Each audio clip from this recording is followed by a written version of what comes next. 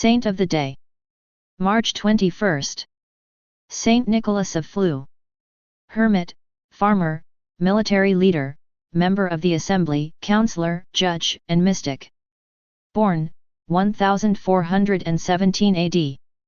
Unterwalden, Switzerland.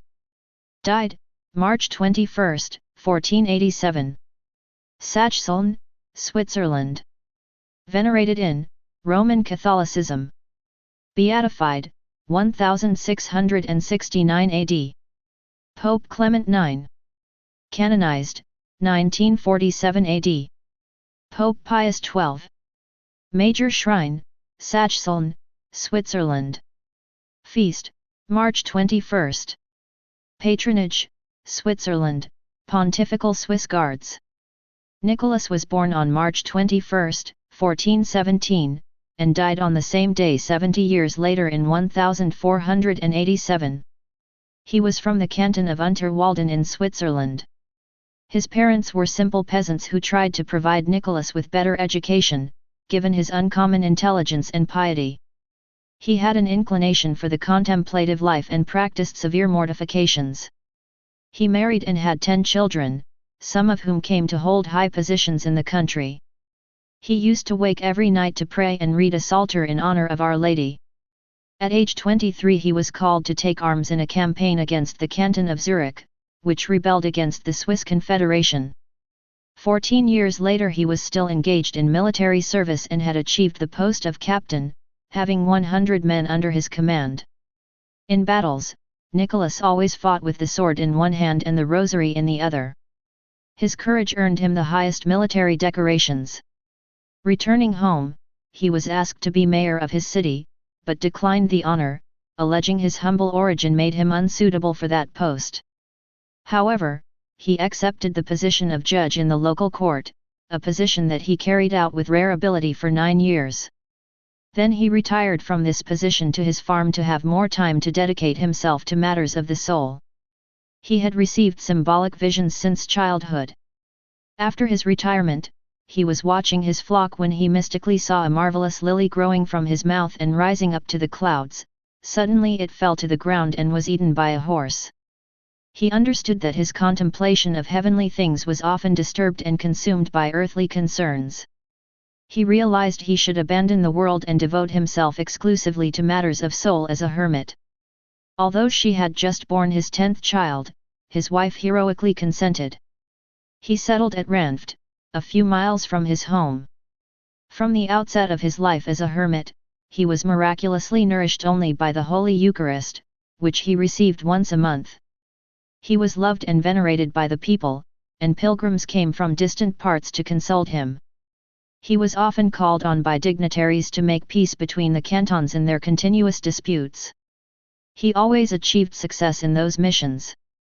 Shortly before his death, he was assailed by strong pains. "Oh, how terrible is death," he used to say. But he delivered his last breath in peace. His body was preserved in the church of Sachseln, a village close to his birthplace. Even today the visitor can venerate there the bones of Brother Klaus, Nicholas in German. His mortal remains richly ornamented with gold and precious stones, and around his neck countless military decorations of honor. Comments. To better admire the life of Saint Nicholas of Flue, let me propose several presuppositions and make some observations. First, at that time, like today, Switzerland was divided into cantons, which are small provinces. Each canton had almost complete independence, subordinate only to a Swiss confederation that exerted a vague authority over them all. They frequently were engaged in disputes and fights, because the neighboring countries exerted different influences over the various cantons. For example, in one canton, they spoke French, in another, German, in another, Italian, etc., and each canton was normally influenced by the neighboring country to which it had culturally closer ties. This generated intense political disputes often followed by military engagements. You should consider also that the 15th century in Switzerland was a military epoch. It was in that period that the Swiss people revealed themselves to be great warriors, providing troops and special guard units for all of Europe. In particular, the Swiss Guard, which still serves the popes today, is a remnant of that tradition. In such a scenario, Saint Nicholas of Flue was called to take up arms against the canton of Zurich. Second, you can imagine this valorous man on the battlefield, carrying his sword in one hand, and his shield and rosary in the other. It is a beautiful battle scene. Today you can see how the connotations that surround objects of piety have changed because of sentimentalism. Today, who would say that a rosary reminds one of a warrior? On the contrary, more often it calls to mind a man incapable of fighting. This religious sentimentalism worked an almost complete change. This is a grave injustice to the rosary. Third, it is interesting to see how Saint Nicholas showed a profound spirit of hierarchy when he declined an important public post that was offered to him. He said, "No, I am from a humble condition, and I don't want to exert authority over persons who are higher than me by birth." Such a thing no longer exists in our century. Today egalitarianism has invaded everything, and we have the opposite, the rejection of someone because he has a higher condition and the preference for the lower. That is, the scale of values has been completely inverted. Fourth, he had visions throughout his life, which was a fairly common life. So you should consider Nicholas of Flue the warrior, the judge, and the shepherd having visions as he carried out these different occupations.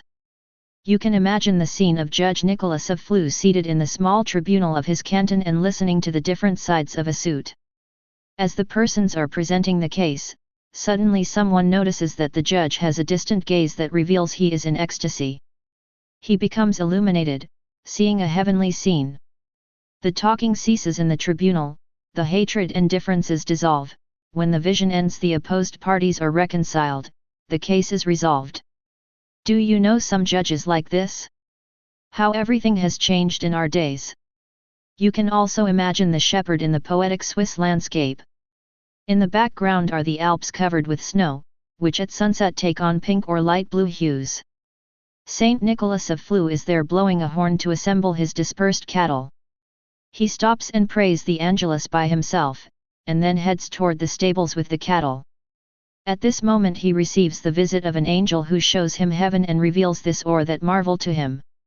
When he returns, the cattle are all in the stable, quiet and bedded down for the night, led there by another angel who took care of them. The angels, the innocence of the Swiss landscape and the soul of Saint Nicholas of Flue fit together perfectly. It is truly superior. Fifth, the vision of the lily that fell and was eaten by an animal showed him that his high contemplation was often destroyed by earthly concerns. If some of us have an analogous problem, and I think that many of us do, we should take Saint Nicholas of Flue as our patron saint. We should ask him for the grace to not demean the graces we receive and to sustain our good thoughts. It is encouraging for us to see that saints have the same problem we have. Sixth, the last thing you can consider is how richly the faithful decorated his remains. It reveals their veneration for sanctity. It is curious also to see the many military decorations around his neck. These were not just the ones he earned during his lifetime. The descendants of Saint Nicholas of Flue began to place the military decorations they received there also. With this excellent tradition, they show that it is more honorable for them to be descendants of the saint than to wear the decorations they receive. It is an act full of meaning. These are the points I offer for your meditation in admiration of Saint Nicholas of Flue, asking him to give us the courage to always have the sword in one hand and the rosary in the other in the difficult fight we are engaged in today.